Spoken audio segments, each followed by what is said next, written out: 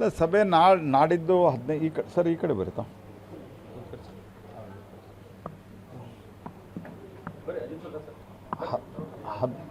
ಬರ್ರಿ ಸರ್ 15ನೇ ತಾರೀಕು ನಾನು ನಾಮಿನೇಷನ್ ಕೊಡ್ತಾ ಇದ್ದೇನೆ. ಅದಕ್ಕಿಂತ ಪೂರ್ವದಲ್ಲಿ ಶ್ರೀ ಪ್ರಭಾಕರ್ ಕೋರೆ ಅವರ ನೇತೃತ್ವದಲ್ಲಿ ನಾವು, ಯಾಕಂದರೆ ಇಲ್ಲಿ ಶಿಕ್ಷಣ ಸಂಸ್ಥೆಗಳ ಅನೇಕ ಖಾಸಗಿ ಶಿಕ್ಷಣ ಸಂಸ್ಥೆಗಳಿದ್ದಾವೆ.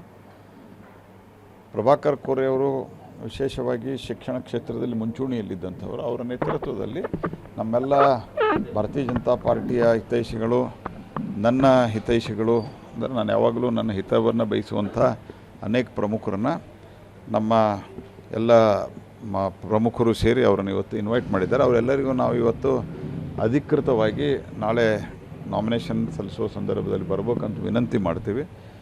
ಶ್ರೀ ಶಂಕರಣ್ಣ ಮನೋಳ್ಳಿ ಅವರು ಮತ್ತು ಇತರ ಎಲ್ಲ ಇಲ್ಲಿನ ಪ್ರಮುಖರು, ಲಕ್ಷ್ಮಣ ಉಪ್ಪಾರ್ ಅವರು, ಅಜಿತ್ ಪ್ರಸಾದ್ ಅವರು, ಇವರು ಕೌಟಗಿ ಮಠ ಅವರು, ಇವರೆಲ್ಲ ಆಸಕ್ತಿ ತೆಗೆದುಕೊಂಡು ಊರಿನ ಎಲ್ಲ ಹಿರಿಯರನ್ನ ಕರೆದಿದ್ದಾರೆ. ಅವ್ರ ಜೊತೆಗೆ ಒಂದು 10 ನಿಮಿಷ ಸಮಾಲೋಚನೆ ಮಾಡಿ ಅವರಿಗೆ ನಾವು ನಮ್ಮ ಕಾರ್ಯಕ್ರಮಕ್ಕೆ ನಾಮಿನೇಷನ್ ಸಲ್ಲಿಸೋದು ಬಂದು ಆಶೀರ್ವಾದ ಮಾಡಬೇಕು ಅಂತ ವಿನಂತಿ ಮಾಡ್ತೇವೆ. ಸರ್, ಕಾಂಗ್ರೆಸ್ 20 ಸೀಟ್ ಗೆಲ್ತೈತಿ ಅಂತ ವಿಶ್ವಾಸದಲ್ಲಿ ಹೇಳ್ತಾ ಇದ್ದಾರೆ ಸರ್ ಡಿ ಸಿ ಎಂ. ಅಲ್ಲ, ಕಾಂಗ್ರೆಸ್ ಪಾರ್ಟಿ ಇಡೀ ದೇಶದೊಳಗೆ ಸೇರಿ ಅವ್ರಿಗೆ 40 ಸೀಟ್ ಗೆಲ್ಲುವುದಿಲ್ಲ. ಇಲ್ಲಿ 20 ಸೀಟ್ ಗೆದ್ದರೆ ಅವ್ರ ಅಂದರೆ ಇದೆಲ್ಲ ಅತಿ ವಿಶ್ವಾಸದಿಂದ ಹೇಳುವಂಥದ್ದು ಅಷ್ಟೇ. ಜನರಿಗೆ ವಿಶ್ವಾಸ ಮೂಡಬಹುದು ಅಂತ. ಅವರು 3 ಸೀಟೂ ಕ್ರಾಸ್ ಆಗಲ್ಲ. 3ಕ್ಕಿಂತ ಜಾಸ್ತಿ ಅವ್ರೇನಾರು ಗೆದ್ರೆ ಆವಾಗ ನಾನು ಮುಂದೆ ಅವ್ರು ಏನು ಹೇಳ್ತಾರೆ ಹಂಗೆ 3ಕ್ಕಿಂತ ಮೇಲೆ ಗೆದ್ದರೆ ಸರ್. ಈಗ ಇನ್ನೊಂದು, ಈಗ ಸರ್ಕಾರ ಉಳುತ್ತೆ ಲೋಕಸಭೆ ಚುನಾವಣೆ ಆದಮೇಲೆ ಅಂತ ಇನ್ನೊಂದಿಷ್ಟು ನಾಯಕರು ಹೇಳ್ತಿದ್ದಾರೆ ಸರ್. ಅದೇನು ನೋಡಿ, ಸರ್ಕಾರ ಏನಾಗುತ್ತೆ ಅಂತ ನನಗೆ ಗೊತ್ತಿಲ್ಲ. ಆದರೆ ಸರ್ಕಾರ ಲೋಕಸಭಾ ಚುನಾವಣೆ ಕಾರಣದಿಂದ ಉಳಿಯೋದಿಲ್ಲ. ಅವರ ಆಂತರಿಕ ಗೊಂದಲದಿಂದ CM DCM ಮಧ್ಯೆ ಶಿವಕುಮಾರ್ ಅವರು ಮತ್ತು ಮುಖ್ಯಮಂತ್ರಿಗಳ ಮಧ್ಯೆ ಏನೋ ಒಂದು ಗೊಂದಲ ಇದೆ. ಆ ಗೊಂದಲದಿಂದಾಗಿ ಅವರು ತಾವೇ ಕೊಲ್ಯಾಪ್ಸ್ ಆಗ್ಬೋದು ಹೊರತಾಗಿ ನಮ್ಮದೇನು ಪಾತ್ರ ಇರಲ್ಲ. ಅದು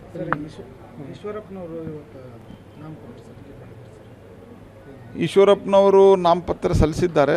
ನಮ್ಮ ಪಕ್ಷದ ಪ್ರಮುಖರು, ರಾಜ್ಯದ ಪ್ರಮುಖರು, ಅಂದರೆ ರಾಜ್ಯದ ಅಧ್ಯಕ್ಷರು ಆದಿಯಾಗಿ ಅದೇ ಜಿಲ್ಲೆಯವರಿದ್ದಾರೆ ಸನ್ಮಾನ್ಯ ಯಡಿಯೂರಪ್ಪನವರು. ನಾನು ಅವ್ರ ಜೊತೆಗೆ ಮಾತಾಡಿದ್ದೇನೆ. ಅದನ್ನು ಈವರೆಗೂ ನಾವು ಸುಖಾಂತವಾಗಿ ಬಗೆಹರಿಸೋ ಪ್ರಯತ್ನ ಮಾಡ್ತಾಯಿದ್ದೇವೆ.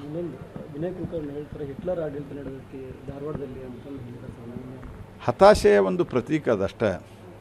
ನಾನು ಈ ಹಿಂದೆನೂ ಇದ್ರ ಬಗ್ಗೆ ಯಾವಾಗಲೂ ರಿಯಾಕ್ಷನ್ ಕೊಟ್ಟಿಲ್ಲ. ಆದರೆ ಇವತ್ತು ಅವ್ರು ಅತಿಯಾಗಿ ಮಾತನಾಡಿದ್ದಕ್ಕೆ ನಾನು ಇಷ್ಟೇ ಹೇಳ್ತೇನೆ, ಅವ್ರನ್ನೇನು ಇಲ್ಲೇ ಬರಬಾರದು ಅಂತ ನಿರ್ಬಂಧ ಹಾಕಿದ್ದಾರೆ ಸುಪ್ರೀಂ ಕೋರ್ಟ್. ಇವ್ರಿಗೇನು ಕೇಸ್ ನಡೀತಾ ಇದೆ, high court, trial court, supreme court, ಎಲ್ಲ ಕೋರ್ಟ್ಗಳಲ್ಲಿಯೂ ಇವ್ರದ್ದು ಪ್ರೈಮಾ ಫೇಸಿ ಕೇಸ್ ಇರೋದರಿಂದ ಇವರು ವಿಟ್ನೆಸ್ಸಿಗೆ ತೊಂದರೆ ಆಗೋದ್ರಿಂದ ಧಾರವಾಡ ಜಿಲ್ಲೆಗೆ ಹೋಗಬಾರ್ದು ಅಂತ ಹೇಳಿದ್ದಾರೆ. ನಾನು ನಿನ್ನೆ ಅವ್ರು ಸ್ಟೇಟ್ಮೆಂಟ್ ಕೊಟ್ಟ ನಂತರ ನಾನೆಲ್ಲ ವೆರಿಫೈ ಮಾಡಿದೆ ಏನಾಗಿದೆ ಏನಿಲ್ಲ ಕೋರ್ಟ್ನಲ್ಲಿ ಅಂತ. ಇವ್ರಿಗೆ ಕೋರ್ಟ್ನಾಗ ವಿಶ್ವಾಸ ಇಲ್ಲ ನಂಗಾರೆ. ಕೋರ್ಟದ ಆಜ್ಞೆ ಅದು. ಇನ್ನು ಪ್ರಹ್ಲಾದ್ ಜೋಶಿ ಆಜ್ಞೆಯಿಂದ ಯಾರನ್ನಾದರೂ ರಾಜ್ಯಕ್ಕೆ ಅಥವಾ ಜಿಲ್ಲೆಗೆ ಬರ್ಬೋದು, ನಿರ್ಬಂಧಿಸ್ಬೋದಾ? ಪ್ರಜಾಪ್ರಭುತ್ವ ಇದೆ. ಮತ್ತು ನಾ ಹಿಟ್ಲರ್ ಆಗಿದ್ದೆ ಅಂದ್ರೆ ಅವ್ರು ಇಲ್ಲಿ ಆರಿಸಲ್ಲಿ ಬರ್ತಿದ್ರೆ, ಅಂದ್ರೆ ಆ ಹಿಟ್ಲರ್ನ ಮಟ್ಟಿಗೆ ನಂದು ಅಧಿಕಾರ ಇದ್ರೆ ನಾವು ಚುನಾವಣೆ ಮಾಡ್ತಿರ್ಲಿಲ್ಲ ಇಲ್ಲಿ. ನಾನು ಲಿಂಗಾಲೇಶ್ವರ ಶ್ರೀಗಳಿಗೆ ನಂದೇನು ಪ್ರತಿಕ್ರಿಯೆ ಇಲ್ಲ. ಅವರು ಶ್ರೀಗಳು, ಅವ್ರು ಏನು ಹೇಳ್ತಾರೆ ಅದೆಲ್ಲ ಆಶೀರ್ವಾದ. ಅನುಕ್ಷಣದ ಸುದ್ದಿಗಳಿಗಾಗಿ ವಿಸ್ತಾರ ನ್ಯೂಸ್ ಯೂಟ್ಯೂಬ್ ಚಾನೆಲ್ ಸಬ್ಸ್ಕ್ರೈಬ್ ಮಾಡಿ. ಹೊಸ ಸುದ್ದಿಗಳ ನೋಟಿಫಿಕೇಶನ್ಗಾಗಿ ಬೆಲ್ ಐಕಾನ್ ಕ್ಲಿಕ್ ಮಾಡಿ. ಲೇಟೆಸ್ಟ್ ಅಪ್ಡೇಟ್ಸ್ಗಾಗಿ www.vistaranews.com ವೆಬ್ಸೈಟ್ಗೆ ವಿಸಿಟ್ ಮಾಡಿ. ಅಂಗೈಯಲ್ಲೇ ಜಗತ್ತಿನ ಸುದ್ದಿ ತಿಳಿಯಲು ವಿಸ್ತಾರ ನ್ಯೂಸ್ ಕನ್ನಡ ಆಪ್ ಡೌನ್ಲೋಡ್ ಮಾಡಿ.